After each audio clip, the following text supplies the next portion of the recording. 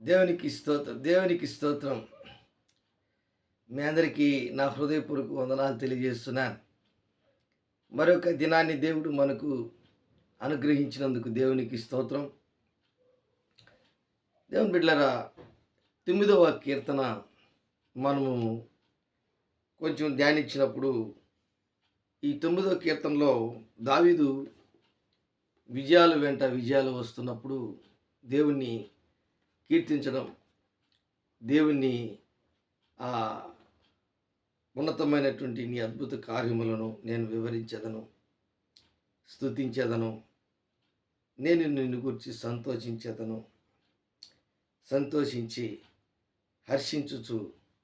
హర్షించుచున్నాను, నీ నామమును కీర్తించెదను. 4 మాటలు ఈ 1, 2, 3 వచనాల్లో మనకు ఆ దావీదు 9వ కీర్తనలో రాస్తాడండి.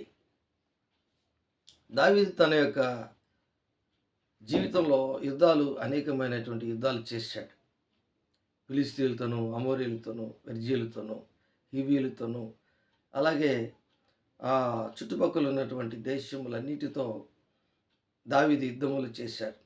అయితే యుద్ధములు చేసినప్పుడు దావీదు ఒక విషయాన్ని, ఆయన దేవుడిచ్చినటువంటి ఆ చాతుర్యము కానీ, దేవుడిచ్చినటువంటి పరాక్రమము కానీ, వాటి వలనే ఆయన జీవితంలో ఈ విజయాలు లభించాయని తెలుసుకున్నాడు.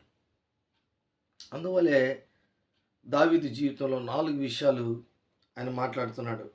నా పూర్ణ హృదయముతో 9వ కీర్తన 1వ వచనం, నా పూర్ణ హృదయముతో నేను యెహోవాను స్తుతించెదను. అంటే దేవుణ్ణి స్తుతించి ఆరాధించడంలో దావీదు చాలా దేవునికి హృదయానుసారుడిగా జీవించాడు. ఈ స్తుతి ఆరాధన, ప్రైజ్ అండ్ వర్షిప్ అనేది మానవ జీవితంలో ఏం జరుగుతుందంటే దేవునికి దగ్గరగా తీసుకెళ్తుంది. రెండోది, మనం ప్రార్థన చేస్తున్నప్పుడు ప్రార్థన ఏం చేస్తుందంటే, మన మొర దేవుడు ఆలకించేటట్లుగా మన ప్రార్థన ఉంటుంది. స్తుతి మనం చేస్తే దేవునికి దగ్గరగా అవుతాం. ప్రార్థన చేస్తే మన జీవితంలో ఏం జరుగుతుందంటే, దేవుడు మనం మనవి ఆలకించి జవాబు దేవుడు ఇస్తాడు. ఇది చాలా ముఖ్యమైనటువంటి ఆ ఉద్దేశం. దావీదు జీవితంలో 2 ఉన్నాయి. ఒకటి, స్తుతి ఆరాధన చేస్తున్నాడు. రెండవదిగా ఆయన జీవితంలో ప్రార్థన చేస్తున్నాడు. దేవుని వాక్యాన్ని కూడా ధ్యానిస్తున్నాడు మూడవదిగా. కాబట్టి మన జీవితంలో కూడా ఈ విధముగా మనం ప్రార్థన చేయడం, స్తుతి ఆరాధన చేయడం, ఒక చిన్న పాట పాడి ఆ పాట యందు మనం ఒక మంచి పాట అని, నీకు ఇష్టమైనటువంటి పాట, యేసయ్య పాట మనం పాడిది మనం ఆరాధించి ఆయనకి ప్రార్థన చేసినప్పుడు ఖచ్చితంగా మన హృదయమంతా కూడా దేవుని మీద ఆధారపడినట్లుగా మనకు కనబడుతుంది. మన ఆలోచనలన్నీ కూడా దేవుని మీద ఆధారపడినట్లుగా మనకు కనబడతాయి. అదే దావీదు జీవితంలో చెప్తున్నాడు. నా పూర్ణ హృదయంతో నేను యెహోవాను స్తుతించెదను. యెహోవా నీ అద్భుత కార్యములన్నిటినీ నేను వివరించెదను. అంటే ఒకటి, దేవుని స్తుతిస్తానంటున్నాడు.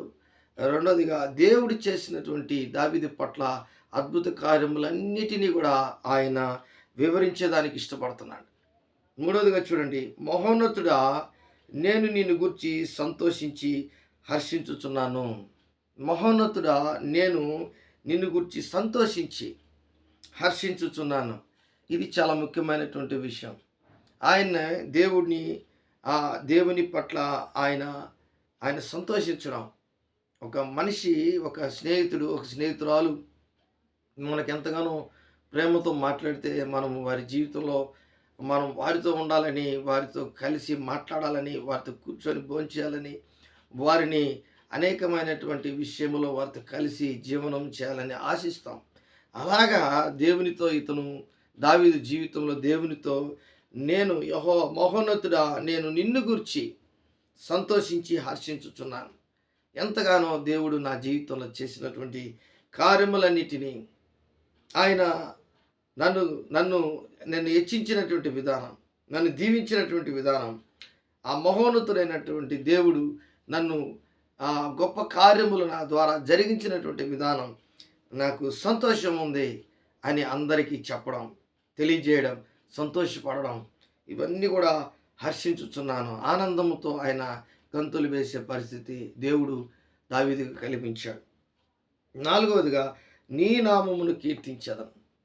కాబట్టి దేవుని నామమును అనగా దేవుని యొక్క వాక్యమును, దేవుని వాక్యానుసారముగా జీవించడం, వాక్యములో ఉన్నటువంటి ఆ వాక్య నామము, నీ నామము అన్ని నామముల కంటే గొప్ప నామము, ఇలాగా దేవుణ్ణి కీర్తించడం, యెహోవా నీ నామము బలమైనది అని చెప్పడం, ఇలాగా అనేక విషయాలు దావీదు జీవితంలో దేవుని గురించి మాట్లాడ మాట్లాడేదానికి ఇష్టపడుతున్నాడు. మాట్లాడుటకు ఇష్టపడుతున్నాడు. ఆయన నామమును కీర్తించుటకు ఇష్టపడుతున్నాడు. ఇవి మన జీవితంలో కూడా జరిగితే ఎంత బాగుండు. ఇవి మన జీవితంలో కూడా జరుగుతూ ఉంటే ఎంత సంతోషం. ఒకటి, దేవుణ్ణి స్తుతించడం దావీదు జీవితంలో నేర్చుకున్నాడు. రెండోది, యెహోవా చేసిన అద్భుత కార్యములను అనేకులకి వివరించడము ఆయన నేర్చుకున్నాడు. మూడవదిగా, ఆయన దేవుని పట్ల, మహోన్నతుని పట్ల సంతోషించడము, హర్షించడము తెలుసుకున్నాడు. దేవునికి స్తోత్రం. మూడవదిగా. నాలుగవదిగా, దేవుని యొక్క నామమును కీర్తించేటట్లుగా తాను జీవిస్తున్నాడు. ఈరోజు మన జీవితంలో కూడా ఇలాంటివన్నీ ఉన్నట్లయితే దావీదులాగా మనల్ని కూడా దేవుడు హెచ్చించి ఘనపరిచి దీవిస్తాడు, ఆశీర్వదిస్తాడు. దేవుడి వాక్యాన్ని దీవించి ఆశీర్వదించునుగాక. ప్రేమ నమ్మకం కలిగినటువంటి నా యేసయ్య కూడి వచ్చినటువంటి బిడ్డలందరినీ మీ చేతులకు అప్పగిస్తున్నాను. ఇదిగో నేను చేసే ప్రార్థన నీ బిడ్డలకి మేలుకరంగా, నీ బిడ్డలకి ఆశీర్వాదకరంగా, దీవెనకరంగా మీరు మార్చమని నజరేయుడైన యేసు నామములో అడిగి వేడుకుంటున్నాను తండ్రి. ఆమేన్, ఆమేన్, ఆమేన్.